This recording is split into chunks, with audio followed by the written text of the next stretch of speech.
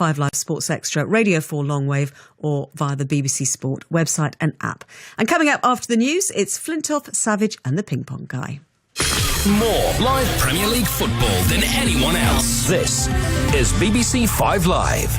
With the BBC News on 5 Live at 10 o'clock, I'm Rob Watts. Party leaders of Westminster have agreed to establish a new independent complaints procedure following claims of sexual harassment. Theresa May says it's an important step forward. Our political correspondent is Leila Nathu. We've heard there has been a working group agreed that will be working out the details of this procedure, and that then will be reporting, we understand, by the beginning of next month to set the details of this new complaints procedure. Millions of leaked documents reveal that Lewis Hamilton avoided tax on a luxury jet he bought by importing it to the Isle of Man. The Paradise Papers suggest a leasing deal for the jet was artificial, enabling the F1 champion to collect a large VAT refund. His lawyers say it was lawful. Authorities in Texas say they believe the man who killed 26 people at a church had been involved in a domestic row with his mother-in-law. It's thought he shot himself dead afterwards. 3 guns were recovered, 1 from the church and 2 from his car. Labour's calling for a public inquiry after the International Development Secretary admitted holding undisclosed meetings with senior Israeli officials during a private holiday. Priti Patel has apologised for not informing the Foreign Office and suggesting Boris Johnson knew about the visit. A report has revealed more than 300 families left homeless by the Grenfell Tower fire are still living in hotels. An independent task force says Kensington and Chelsea Council failed its community on the day of the disaster and the weeks that followed. The authority admits it has work to do. And scientists are claiming 2017 is very likely to be in the top 3 warmest years on record. The World Meteorological Organization says the extraordinary weather events globally bear the hallmarks of climate change. Harry Kane and Harry Winks will both miss England's friendlies against Germany and Brazil through injury. Jake Livermore has been called up. In round 1 of the FA Cup, Fleetwood Town came from a goal down and a man down to win 2-1 at National League Northside Chorley. Fleetwood will host Hereford in round 2, and you can see the full draw on the BBC Sport website. And coming up, Flintoff, Savage and the Ping Pong Guy are here talking about the transition from being in a youth team to playing with seasoned pros for a first team. Get more from BBC 5 Live with 5 Live Podcasts. Sound the alarm as the BBC now has a weekly podcast dedicated to MMA. The MMA show will feature news, interviews and the goings-on in the fastest growing sport in the world. You can join myself, OJ Borge, ex-fighter Dan Hardy, along with journalist Nick Peet and a range of voices from the scene as we focus on everything that catches our eye, from the UFC to the British domestic scene. Search 5 Live in your podcast app. Get more from BBC 5 Live.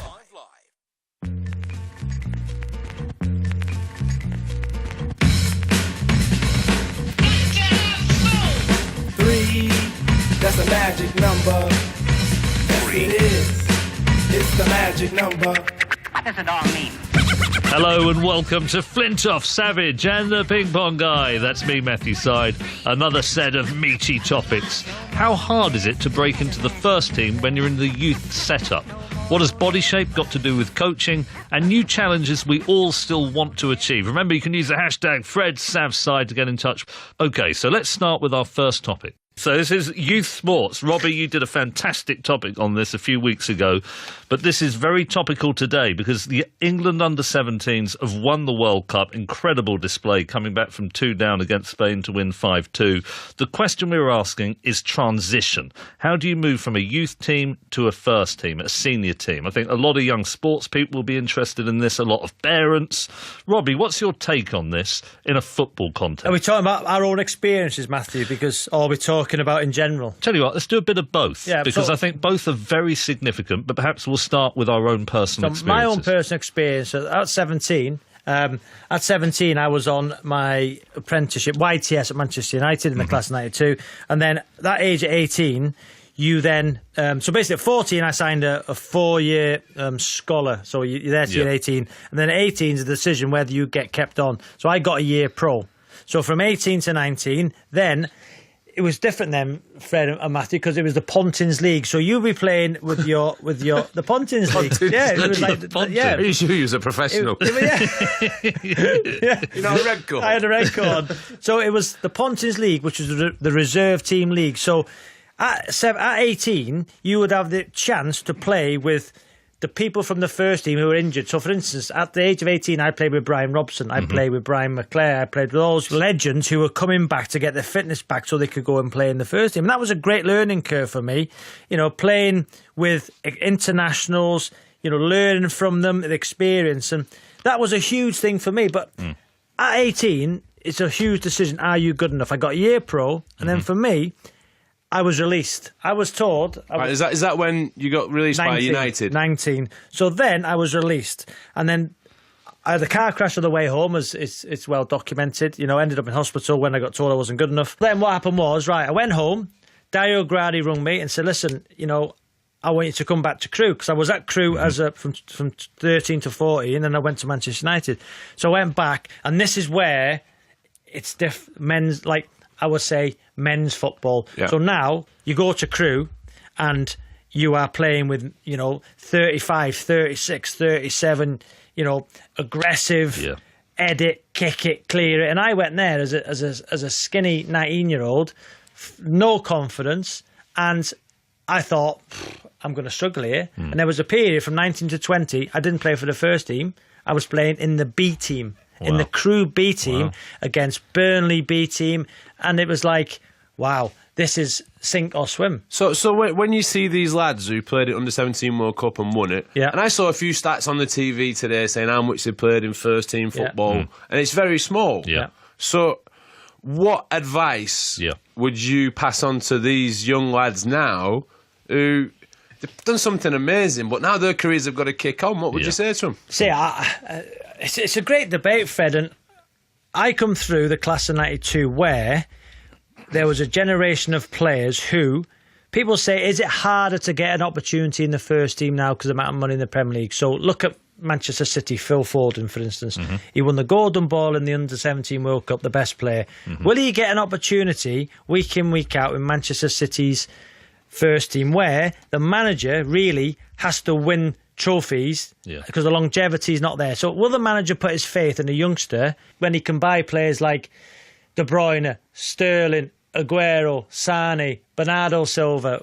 So it's a very difficult pathway. What happened at Manchester United? David Beckham went to Preston on loan. I don't think there's nothing wrong with a generation of under-17s now. These kids going out on loan, experience, football in the Championship, the sharp end, learning different sides of the game, because now in these top clubs now, your academies from the age of 8. You don't know, in my opinion, the dirty side of football. You don't know, everything's done for you. Everything's done for you.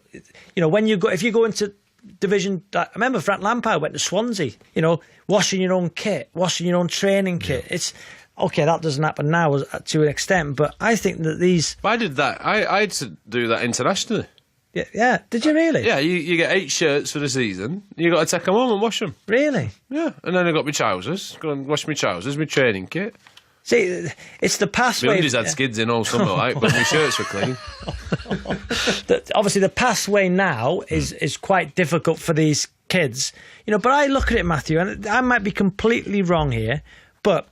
The class of 92, I take as a prime example. Gary Neville, Keith Gillespie, Nicky Butt, David Beckham, and there was Scholesy.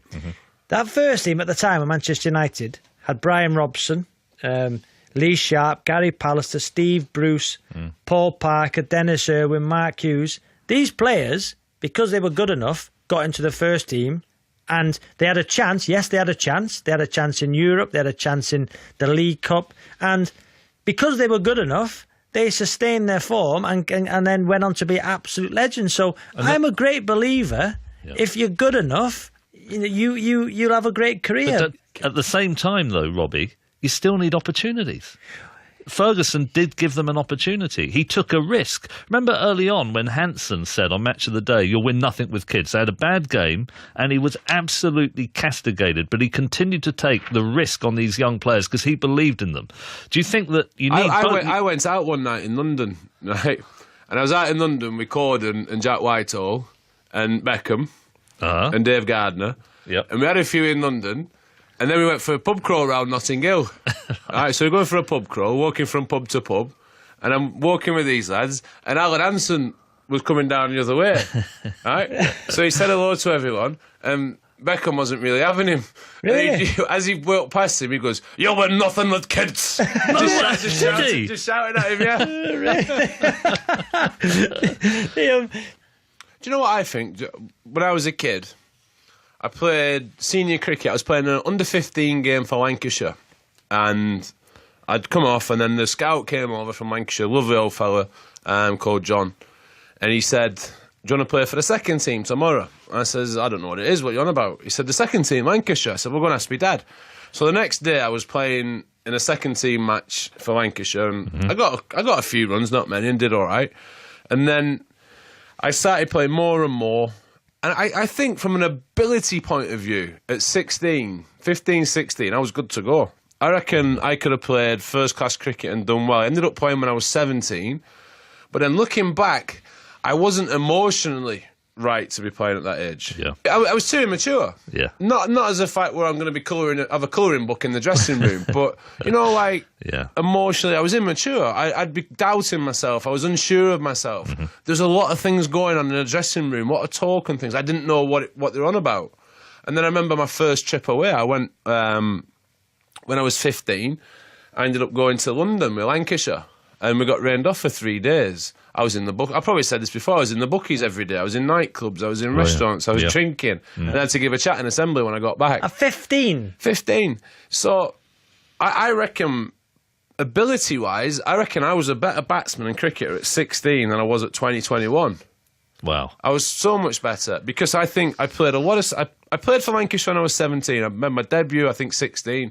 Played 17. I remember walking out to bat in a Sunday League game against Yorkshire at Old Trafford. And this is cricket, so there's 15,000 on, which is a massive crowd. I remember my eyes had gone and I couldn't function. I was like, got the jitters, and I've then got put back in the second team, and I think that stunted my development as a player. I was surrounded by lads who weren't particularly professional, who were never going to be professional cricketers for any period of time, and I felt I got held back a little bit. Where if I'd have been around the best players, around the first team a lot more at that age, I'd have been a better player. What happens to cricketers then, Fred? Because I'll come on to the footballers. So, the ones aren't good enough from that 17 to 21, George, or 16 to 21. Yeah. If you've been at Lancashire or Yorkshire or Hampshire, Somerset, in that system, and what happens if does somebody say to you, "Well, you're not good enough"? What happens? Where do they go? What happens? For instance, I got signed. I was getting paid whilst I was still at school. Left at 16, went on to a summer contract, so you got paid from April till September. Worked at Old Trafford in the winter. Worked at Woolworths behind the record counter. I signed a professional contract at 16. I signed a 3-year contract, and I thought, you know what? I'll give this a go for 3 years. If it goes well, brilliant. If it doesn't, I'll go back to school. I'll go to college or I'll go to university after that a bit later. And luckily it turned out all right. Yeah. But then you look at some lads... Yeah, what? Well, they're hanging on. They're getting paid somewhere between 8 and 16 grand a year at that time. And then it comes to an end. And it's like you get called into your contracts meeting and we're offering you another 2 years, or unfortunately, you're done. Go and empty your locker and off you go. That's it. Would that be part of the advice you both gave then to young players? They should have a fullback position. Well, that is the massive thing. Yeah. Imagine, as a cricketer, especially in them days, you finish in September, you had all the winter off, you got plenty of time to do something where people don't do anything. And now I'm hearing things in football where a footballer gets to his end of his career at 19 or gets released at 20 and they want a handout from the club. Yep. I don't agree with that. Yep. Why should you get a handout? You've had every opportunity to be a professional sportsman. You've had the chance to do it. You've had the chance to work. If you're not good enough, that's just the way of the world. Yeah. But whilst you are doing that, think about doing something else. That's so true. And I think that this idea that football is a terrain of shattered dreams, that these players are given a chance and they're sold this shot at glory and then it all goes wrong and therefore the clubs are to blame, I think that it should be a situation where players and their parents are cautious about what agents are telling them, about what scouts are telling them, about what clubs are telling them, because it's not certain they're going to get through. 0.9 of 1%, that's less of 1 in 100 of these academy players will make the breakthrough. So that what you were saying, Fred, I mean, I think the parents out there should encourage their children to play with passion, to play with dedication, to give it everything, But there is enough hours in the day to continue with your schooling. You were working behind the counter at Woolworths selling records. I worked in the club shop up the ground, but also as well, this is another thing. I've just thought of this off the top of my head, which is quite staggering. Right? You think as young lads, maybe you get blinded by the fact that you're going to be a professional sportsman and you have your eye on the ball all the time, and that's all you want to do. So you take the gamble and you sacrifice what else you could do. Like you did and I done. Yeah. But what I don't understand is you have a career for 15, 16 years, know it's coming to an end at some point, but then don't prepare for it. You're not a kid anymore now. You're an adult. You got responsibilities, you got a family, think about what you're going to do next. But players don't. You see so many sad stories. I think people get so intoxicated by this incredible opportunity to become a professional sports person, to make money, to have that shot at glory, to play at Lord's or at Old Trafford, that they forget two things. One, they might not make it, which is a high probability, and two, that career will at some point come to an end. It's okay saying that, Matthew, but if anybody said to you, Matthew, when you were playing table tennis, I'm sure all you wanted to be was a table tennis. And when I was at school, and when I was 15, 16, what do you want to do? Just be a footballer. And it's okay saying you should prepare, but the realisation is, for any youngster out there who's at a Premier League club now, you think you're going to be a footballer, and you don't want to think, well, I'm going to do X, Y and Z out of when I've got time, because you don't. All your focus on being that sportsman for that particular sport you're involved in, no? Well, I think parents can easily get carried away as well. You get a young person who's in a youth football team getting into the second team of a Premier League club, beginning to earn a decent amount of money. Suddenly they're getting big bank checks into their account, and they think they've made it. They think their success is assured. Their parents are buying cars off the back of their children's success without realising this might not transition into a long-term career. I think that is massively dangerous. I was very lucky. I was like you, Rob, 16. You'd think of me as a boffin. 16, I left school to play professional table tennis, and my dad was horrified. Professionally? Yeah. So in my first year at sixth form, I was doing 3 A-levels, maths, economics. But imagine that'd have been easy for you. What, to leave school? No, I mean to then do your A-levels. Yeah, but that's the thing, Fred. For a while, I was saying to my dad, they don't matter. The only thing that matters in my life is becoming the top player in the world. Yeah, I get that. Can you imagine my dad? This is a guy who became a professor. He was, he's from a Pakistani You got a bit of pedigree.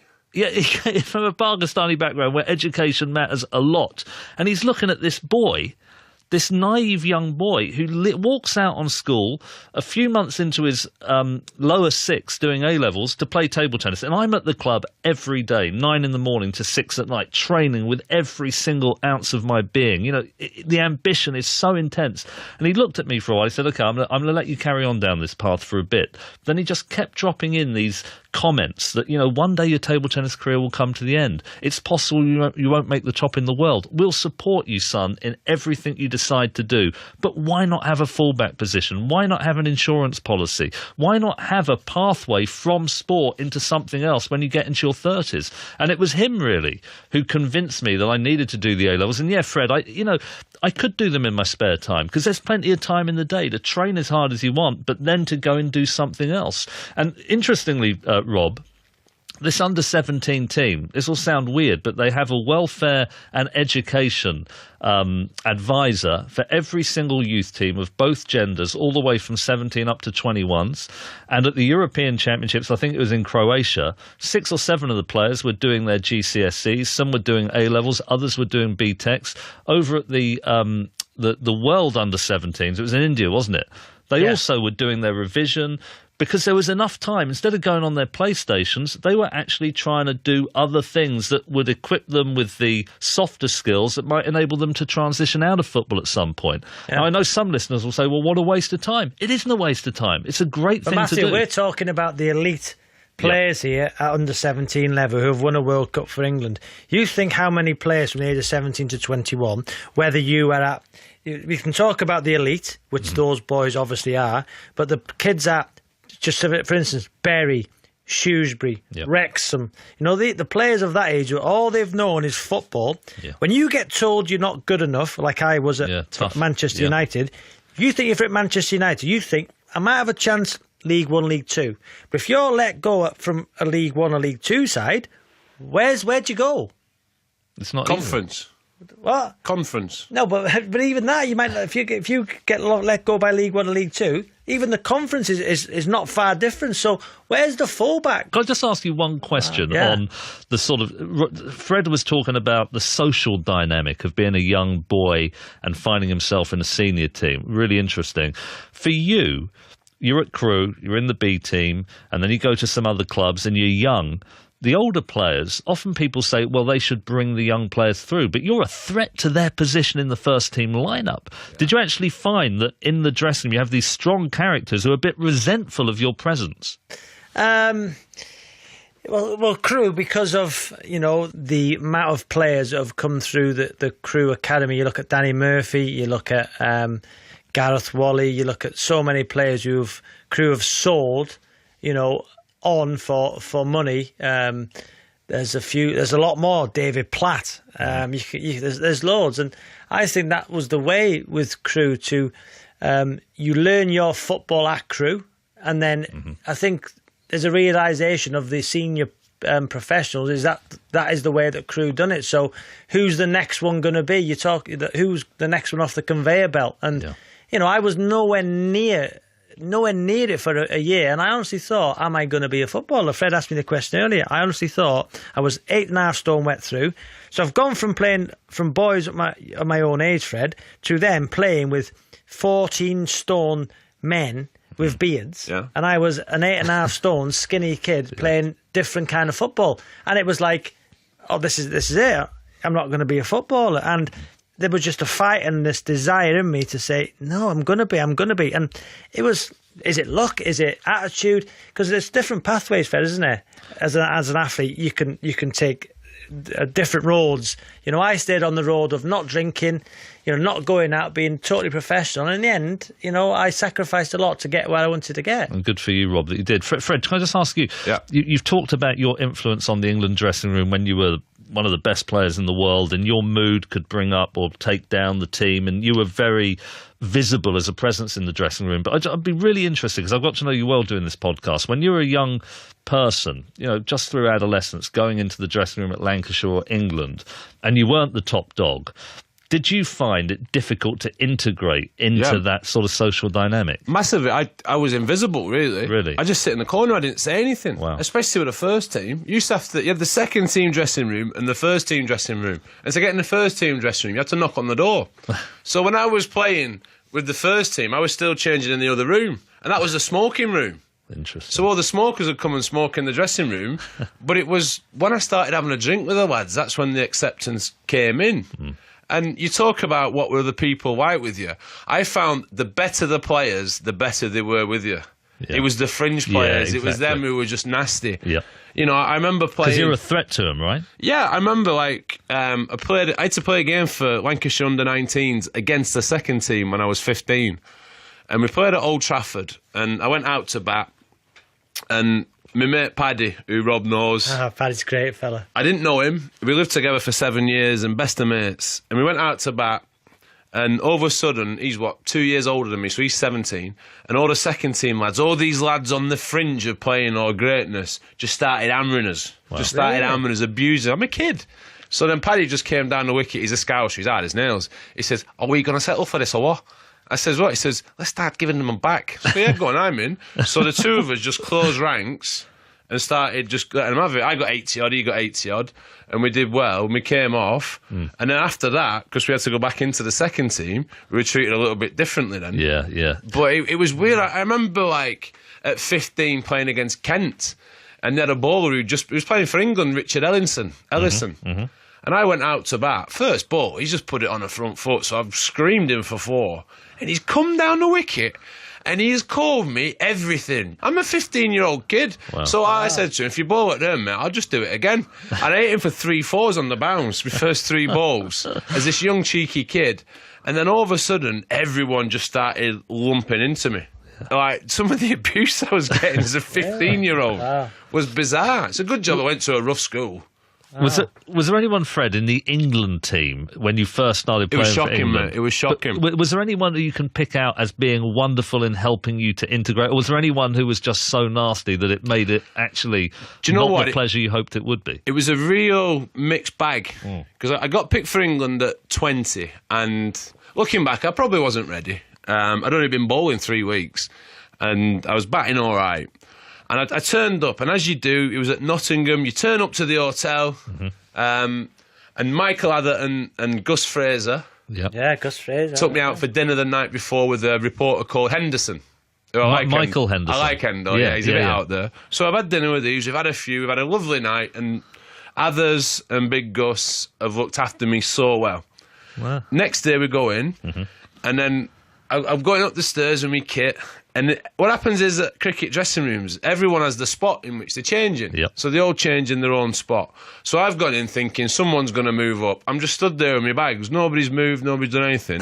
All right then. So I went at Trent Bridge. There's a room with the washing machines at the back and all the towels and everything. So I just put my kit in there. I changed with the washing machines. No. Seriously, nobody gave me anything. It was a real mixed bag of the reaction from people. Wow. Darren Gough, amazing man. Amazing, unbelievable, great man. Gus Fraser I mentioned. Who else after that? Struggling a little bit. Bumble was coach. You changed with it. You changed with them. On my own washing machines. To be fair, them clothes got to be going to do them. And then even to the fact was, you got your Three Lions cap, and you got a presentation cap, and it had George and the Dragon on. So I got that. First session of the day, I've gone out. I thought it was my cap, but I've got wrong cap on. So I put it on my bag and put my proper cap on. And then my cap got nicked. No. So I lost my cap, my presentation cap. It was. I promise you, it was awful. And all these older players, they'll bang on about it. It wasn't that bad. I promise you, lads, it was. Wow. So come in as a young player. You're playing for England. This is your dream. This is the one thing you want to do. Amazing. What they don't realise is you're walking into a dressing room of people I idolised. I looked up to. These were watched on telly. I've dreamt about playing with it. They couldn't even be asked to move the bag to let me get changed. Jog on, lads. Jog on. Fred, I mean, look, tell anything more that you want to say, but do you know, the first ever senior training camp that I went on for England, and it was in this small room at Lillyshaw National Sports Centre. Used to be a school of excellence there for football. That's right. Well, so I got to know Sol Campbell there and some of the other youngsters. All right, pick that name up. We used to play in Ford Hall, just a few tables. But Fred, when you were talking, it brought to my mind something I don't think I'd remembered for maybe 20 years. But I remember walking into that senior training camp with Desmond Douglas and Paul Day and all of these people that I idolised, and my heart was beating out of my chest. It was less worry about getting on the table and playing with them than it was of sitting down with them and having a chat and being integrated.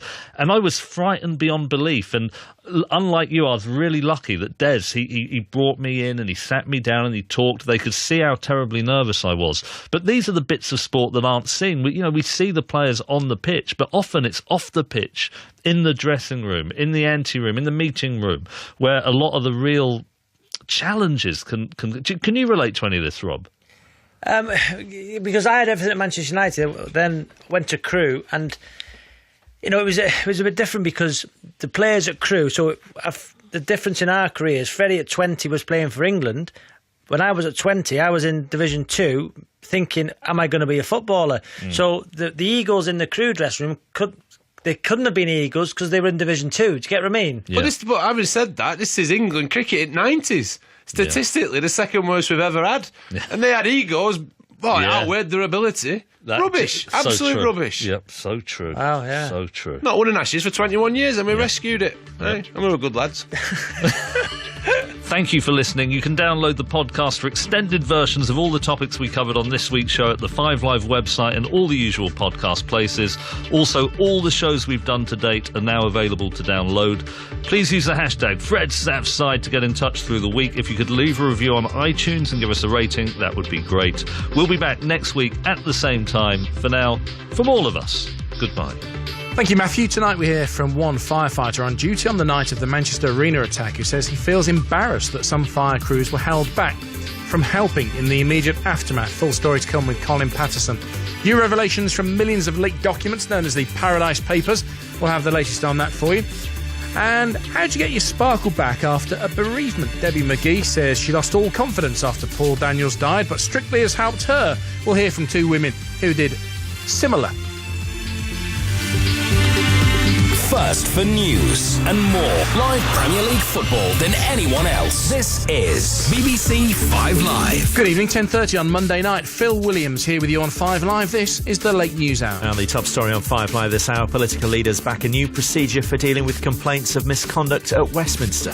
And in sport, Jake Livermore gets a late call-up for England. This is BBC 5 Live. You sounded very unsure of that. I've checked. He has done. He has had a late call up for England. Yeah, good.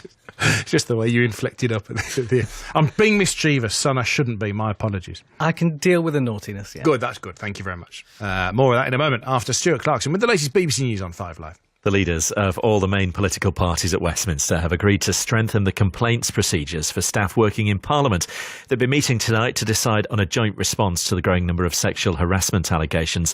Theresa May says it's an important step forward. Apple is facing criticism for channeling its non-US revenue through Jersey to reduce the amount of tax it pays. The technology firm's actions have been highlighted in the latest release of leaked documents. Apple says it complied fully with the law. Well, the documents also show Lewis Hamilton reduced his tax bill on the purchase of a private jet by importing it to the Isle of Man. His lawyers insist the arrangement was lawful. And the International Development Secretary Priti Patel has apologised for holding undisclosed meetings with Israel's Prime Minister and other senior officials during a holiday in the country. She's admitted she didn't follow the usual procedures. Let's get you sport tonight. Here's Shojo Saka. England have drafted in West Brom midfielder Jake Livermore to their squad for the upcoming friendlies against Germany and Brazil. It follows the withdrawal of the Tottenham pair Harry Kane and Harry Winks through injury.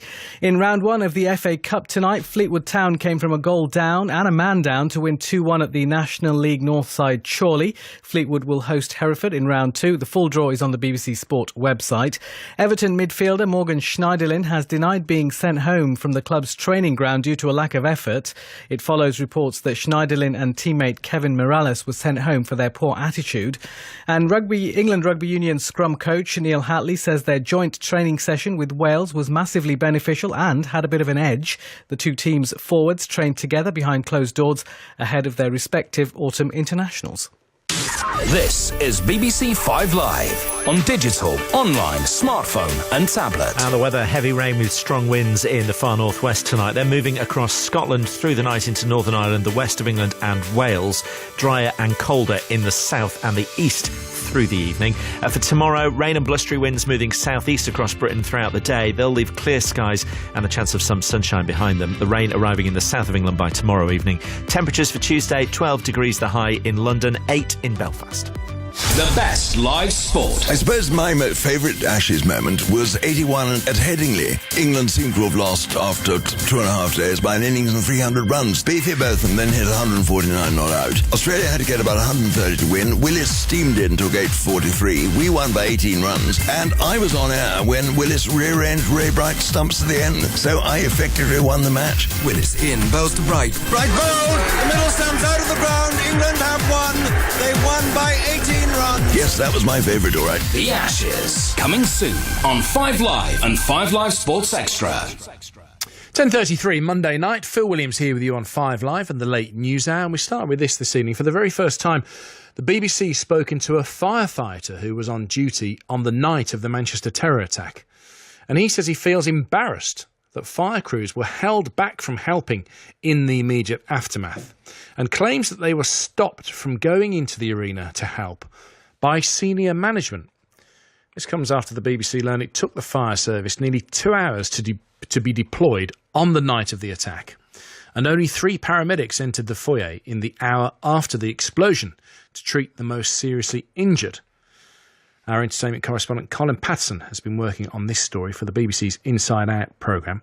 Colin, give us the background, first of all, to what you found out regarding emergency service response times. So eyewitnesses in the foyer of the arena off the night of the bomb have told us many of the people most seriously injured by the bomb did not receive any medical treatment for 70 minutes. And even then, they had to be helped out of the building before being taken away in waiting ambulances. We ran an interview with Kim and Phil Dick on Breakfast and 5 Live this morning, where they described using techniques they learned from watching Casualty on TV to keep one young girl alive. They ended up carrying her out of the arena themselves by using the table as a stretcher. We've also learnt that Greater Manchester